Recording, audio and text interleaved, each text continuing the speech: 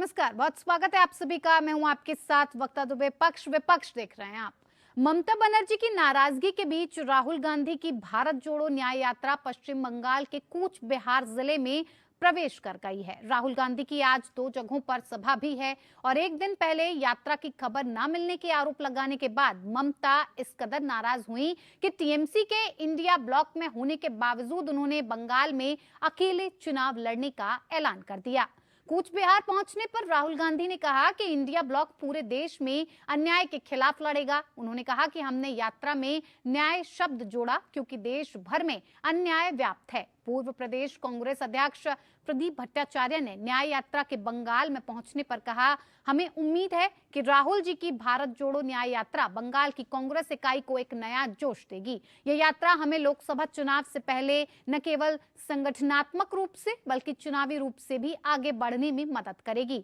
आज ये यात्रा बंगाल के अलीपुरद्वार जिले के फालाकोट में रुकेगी। 26 और 27 जनवरी को अवकाश की योजना बनाई गई है और 28 जनवरी को यात्रा फालाकोट से फिर से शुरू की जाएगी, जो जलपाईगुड़ी, सिलीगुड़ी, दार्जिलिंग जिले के नक्सलबाड़ी और उत्तर दिनाजपुर जिले से होकर गुजरेगी। सीपीआईएम और वामपंथी दलों के भी इस न्याय यात्रा में शामिल होने की उम्मीद जताई जा रही है।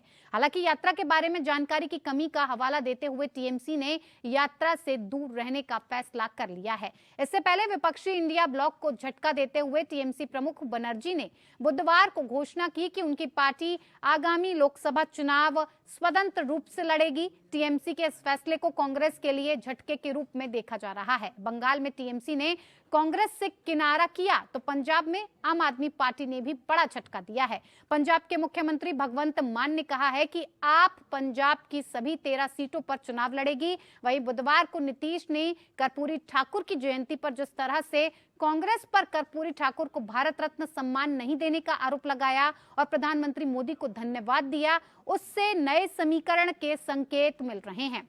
साफ है, जिस तरह से गठबंधन के दल कांग्रेस को आंखें दिखा रहे हैं, उससे अब कांग्रेस की उम्मीद राहुल की भारत जोड़ो न्याय यात्रा पर टिक गई है। जिस तरह से राहुल की भारत जोड़ो यात्रा के पहले चरण से कांग्रेस को कर्नाटक और हिमाचल में सफलता मिली, क्या इस बार न्याय यात्रा से 2024 के लोकसभा चुनाव में कांग्रेस को कामयाबी मिलेगी? ये बड़ा सवाल है। सभी के जहन में और सवाल उठ रहे हैं कि क्या गठबंधन जिस तरह से झटके पर झटके दे रहा है, गठबंधन में जो दल शामिल हैं वो लगातार अपने अपने फैसले सुना रहे हैं, ऐसे में ये सवाल जायज है कि अब क्या कांग्रेस पार्टी के लिए एक ही संजीवनी बची है, जीत की वो संजीवनी क्या ये भारत जोड़ो न्याय यात्रा है? क्या राहुल गांधी इसी के भरोसे अब जहां से उनकी मणिपुर से लेकर मुंबई तक की जो यात्रा है, इसी पर ये लोकसभा चुनाव टिका हुआ नजर आएगा? और भी कई सवाल हैं जिसके जवाब जनता से लेकर तमाम दल भी ढूंढने में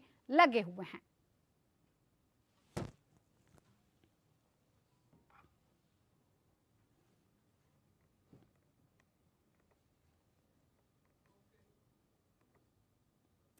तो सवाल यही कि जिस तरह राहुल की भारत जोड़ो यात्रा के पहले चरण से कांग्रेस कर्नाटक और हिमाचल में सफलता मिली, क्या इस बार न्याय यात्रा से 2024 के लोकसभा चुनाव में कांग्रेस को कामयाबी मिल पाएगी? इसी पर बातचीत करेंगे। बातचीत के लिए हमारे साथ खास मेहमान जुड़ गए हैं जिनसे मैं आपका परिचय करवा देती हूँ। अजय पाठक जी हैं, बीजेपी के प्रवक्ता, हमारे साथ जुड़े हैं। बहुत स्वागत है अजय जी आपका कार्यक्रम में। डॉक्टर स्नेहाशीष वर्धन पांडे कांग्रेस के प्रवक्ता हैं, आपका भी बहुत स्वागत है सर कार्यक्रम में। साथ ही साथ संदीपन शर्मा राजनीतिक विश्लेषक के तौर पर हमारे साथ जुड़े हुए। संदीपन जी आपका भी बहुत स्वागत है हमारे कार्यक्रम में। शुरुआत स्नेहाशीष जी आप ही के साथ करना चाहूंगी। बड़ा सवाल यही कि जिस तरह से भारत जोड़ो यात्रा से उम्मीद कांग्रेस पार्टी ने की थी, सफलता हाथ लगी, हिमाचल और कर्नाटक आपके पाले में आए, लेकिन क्या भारत जोड़ो न्याय यात्रा आपको 2024 की लोकसभा की संजीवनी दिखाई दे रही है? बेड़ा पार करेगी?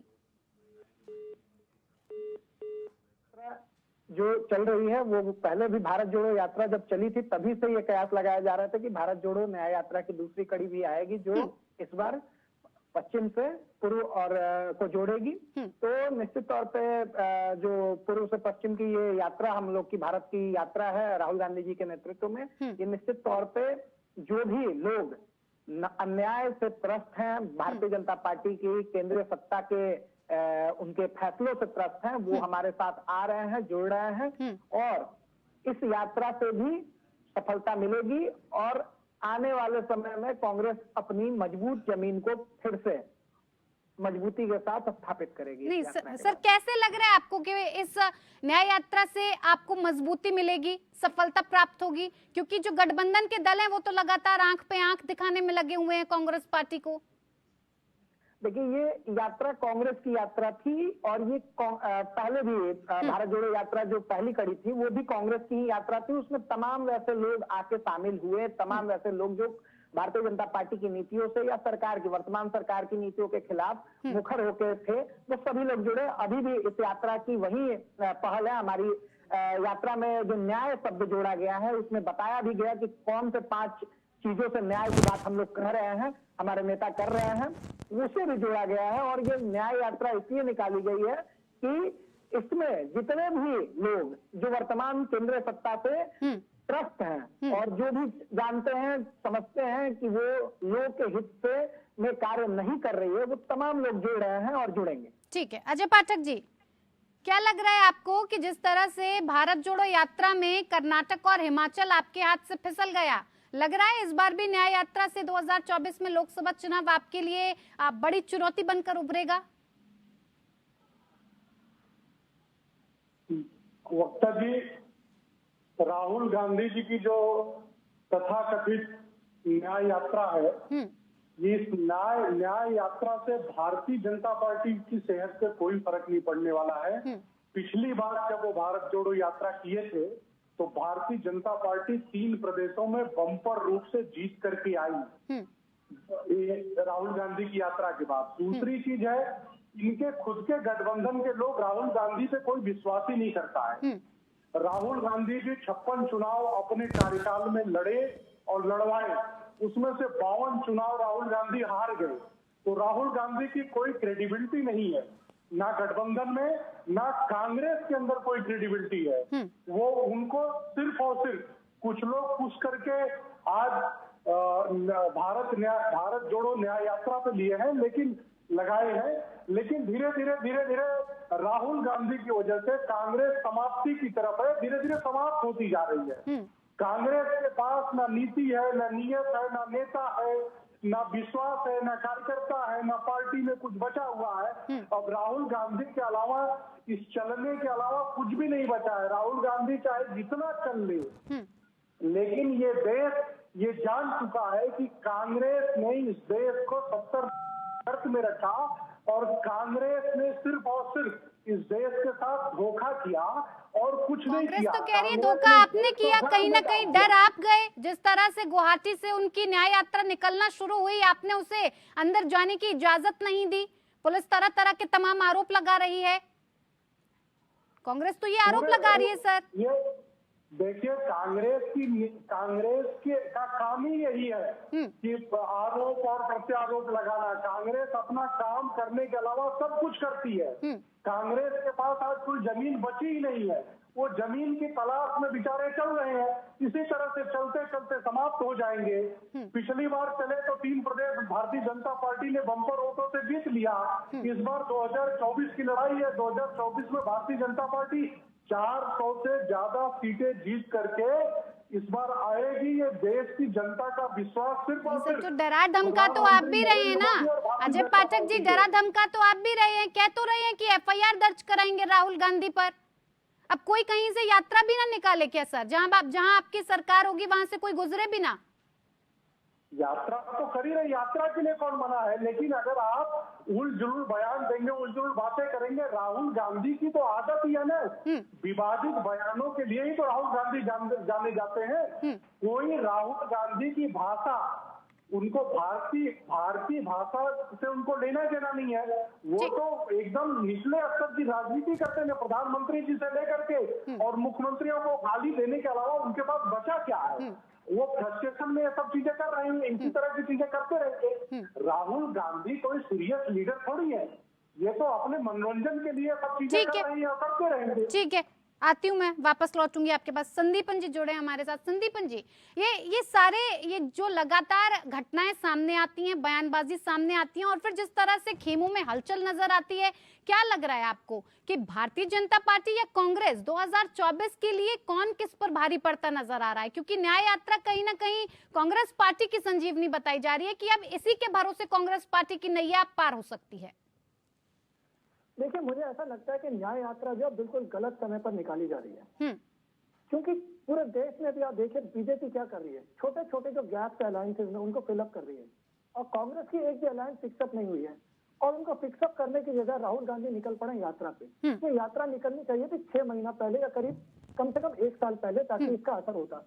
अभी तो हाल ये है कि वो बंगाल में जा रहे हैं तो ममता बनर्जी पार्टिसिपेट नहीं कर रही, नीतीश कुमार का कुछ पता नहीं, तो मैसेज ये जा रहा है कि अलायंस भी तैयार नहीं है और यात्रा पहले निकल पड़ी। तो उससे नुकसान ये हो रहा है कि वोटर में बड़ा कंफ्यूजन है कि वोट दें तो किसको दें। नीतीश कुमार के चेहरे पे अगर वोट देने को मन बनाता है कल वोटर, और नीतीश कुमार का क्या भरोसा कल कहाँ चले जाए।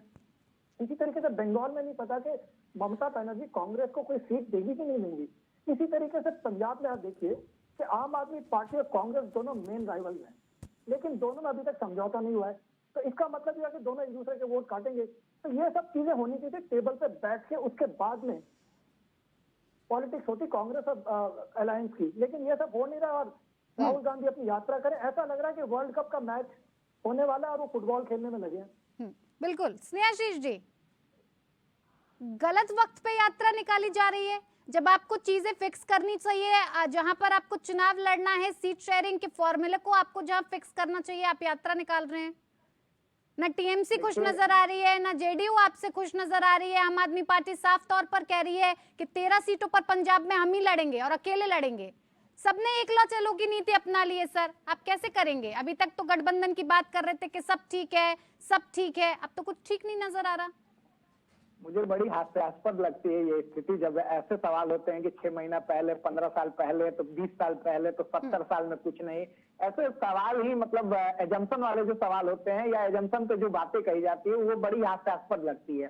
सबसे बड़ी दिक्कत देखिए क्या है, राहुल गांधी जी जमीन पे उतरे हैं तो दिक्कत। राहुल तो वही तो वो कह रहे हैं कि 1 साल पहले उतर लेते जमीन पर। सर, उतरे थे जिनको जानकारी नहीं होगी वो अपनी जानकारी दुरुस्त करें। हाँ, वो भारत जोड़ो यात्रा अभी कितने दिन पुरानी हुई है, वो अपनी जानकारी दुरुस्त करें। दूसरी बात, जो कह रहे थे कि राहुल गांधी जी के चलते कांग्रेस बर्बाद हो रही है, वो भारतीय जनता पार्टी के प्रवक्ता साहब, तो उन्हें ये कम से कम अपने ही पार्टी के नेता पे भरोसा नहीं है। मतलब मोदी मैजिक नहीं है, राहुल गांधी जी के चलते ये सत्ता में है, ये अपने से बोल रहे हैं। ये बात ये सुनने में ही अभी अजीब विरोधाभासी बयान लगते हैं इन लोगों के। मुझे ये नहीं समझ में आता है कि ये कहना क्या चाहते हैं। राहुल गांधी जी की यात्रा से भयभीत हुए हैं, इसलिए असम में नहीं सर छोड़िए। अजय जी रुकिए, अजय कुमार जी, पाठक जी मैं आऊंगी आपके पास, आप रुकिए। सर नहीं बोलने दूंगा फिर। सर पाठक जी रुकिए, मेरा पाठक जी, मैं आऊंगी सर आऊंगी मैं आपके पास। खराब है, अगर आप बीच में टोकिएगा तो मैं टोकना शुरू करूंगा तो नहीं बोल। नहीं ठीक है स्नेहाशीष जी, बात को रखिए। आपको जवाब दिया कि राहुल गांधी हम लोग वोट छोड़ेगा कि नहीं भूलने वाले। नहीं पाठक जी, मैंने आपको मौका दिया, बीच में ना बोलें सर, बीच में ना बोलें। हाँ कहिए स्नेहाशीष। राजनीति में ये चीज समझने वाली बात होगी कि ये कांग्रेस की न्याय यात्रा है, ये कांग्रेस की यात्रा थी। अब कल टीएमसी की यात्रा जो निकली थी 22 तारीख को, टीएमसी की यात्रा में कांग्रेस क्यों नहीं शामिल हुई, ये क्या बात थी? ये चर्चा का विषय ही नहीं है। ठीक है सर, चर्चा का विषय बिल्कुल नहीं है, हम भी चर्चा के विषय से नहीं भटकेंगे। चर्चा का विषय ये है, जब चलिए तो 10 लाख वोट बीजेपी से ज्यादा आया हमारा, ठीक है, ये चर्चा का विषय है। चर्चा का विषय ये है कि बेरोजगार जनता जो बेरोजगारी से त्रस्त है। सर चर्चा का विषय ये भी है कि आपके गठबंधन में जो दल शामिल हैं उनको आप क्यों सेटिस्फाई नहीं कर पा रहे हैं। चर्चा का विषय ये भी है कि ममता बनर्जी क्यों ऐलान कर रही है कि अकेले लड़ेंगी बंगाल में।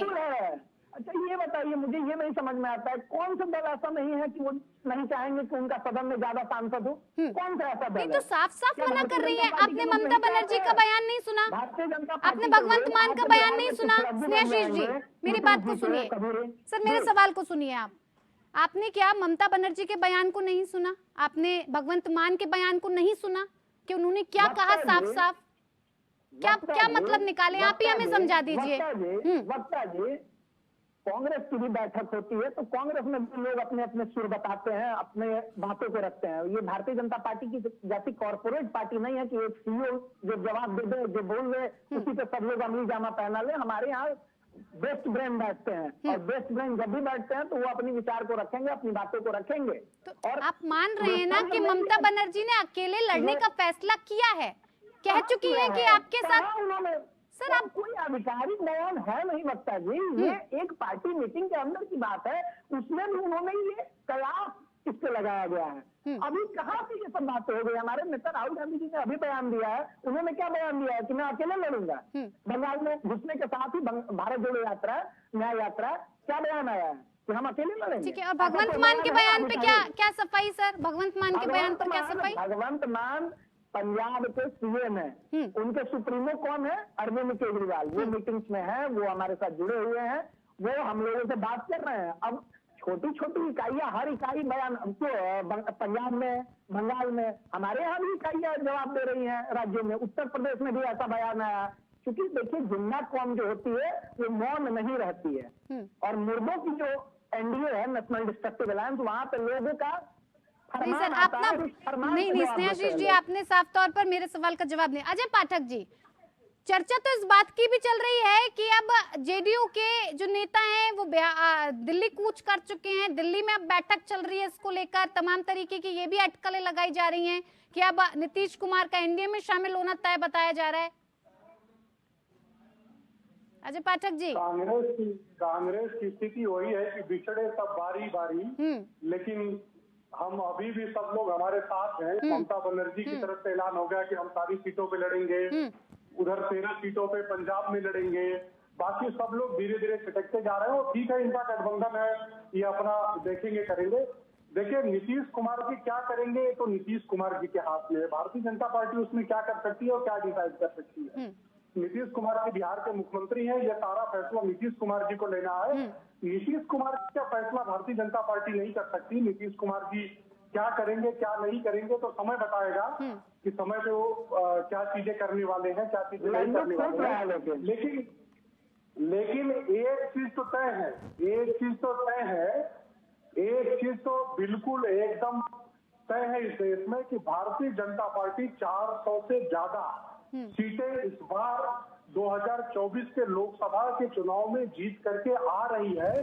जनता इस बार भारत के इतिहास को पूरा बदल देगी। जिस तरह से एक बार 303 सीटें भारतीय जनता पार्टी को इस देश की जनता ने दिया, इस बार 404 से ज्यादा सीटें इस बार भारतीय जनता पार्टी को देंगे। और क्यों देंगे उसके कारण है कि आप देखिए 25 करोड़ लोग ये लोग सिर्फ कांग्रेस गरीबी हटाओ का नारा देती रही, अभी 25 करोड़। इसलिए तो न्याय यात्रा निकाल रही है कांग्रेस पार्टी, निकाल तो रही है आपके भ्रष्टाचार के खिलाफ पार्टी। देखिए राहुल गांधी का ट्रैक रिकॉर्ड मैं आपको बताया ना, राहुल गांधी का ट्रैक रिकॉर्ड देखिए, 56 चुनाव राहुल गांधी ने लड़वाया अपने कार्यकाल के अंदर पिछले 20 सालों में, और 52 चुनाव हार गए। उनके अपने कार्यकर्ता उनके ऊपर विश्वास नहीं करते।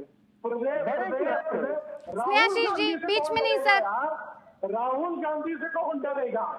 राहुल गांधी तो भारतीय जनता पार्टी के लिए एसेट है। राहुल गांधी तो भारतीय जनता पार्टी क्यों लड़ेगी? क्यों एक दूसरे पर ये आरोप लगाना कि ये डर गए, ये बौखला गए, भारतीय जनता पार्टी न्याय यात्रा से बौखला गई, और आप कहते हैं कि भारतीय जनता पार्टी की वजह से इस तरह के ये सवाल का जवाब। संदीपन जी भी जुड़े मेरे साथ।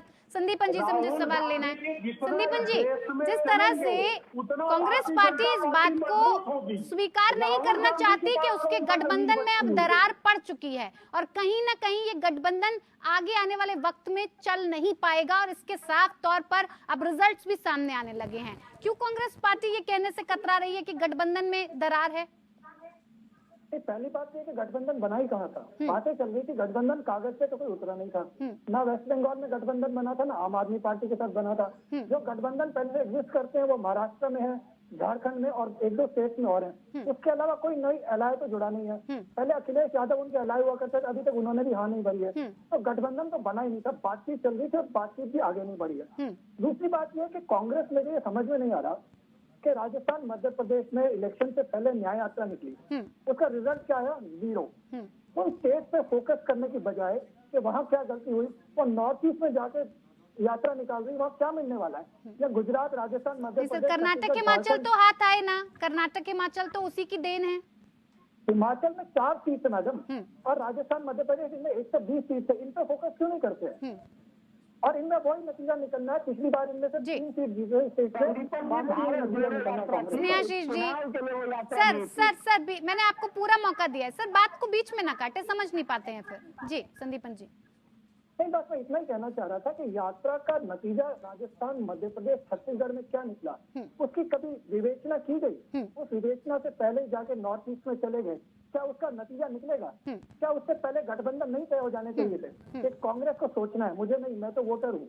नहीं, बिल्कुल बिल्कुल सही संदीपन जी आपने कहा कि कहीं ना कहीं कांग्रेस पार्टी पर जो दल हैं वो भी इस बात का लगातार आलोचना कर रहे हैं, चाहे जेडीयू चाहे टीएमसी हो, कि सीट शेयरिंग के फॉर्मूले को लेकर जिस तरह से बंटवारा होना चाहिए था, इस फॉर्मूले पर बातचीत होनी चाहिए थी, समय ज्यादा लग गया, इतनी देरी हो गई कि अब दल ये सोच रहे हैं कि अकेले ही लड़ना ज्यादा बेहतर होगा। अजय जी बहुत बहुत धन्यवाद आपका। मैं सर ज्यादा वक्त अब आपको दे नहीं पाऊंगी क्योंकि मुझे क्लोजिंग करना है। बहुत बहुत धन्यवाद आप सभी मेहमानों का हमारे साथ इस खास चर्चा में शामिल होने के लिए। पक्ष विपक्ष में इतना ही, नमस्कार।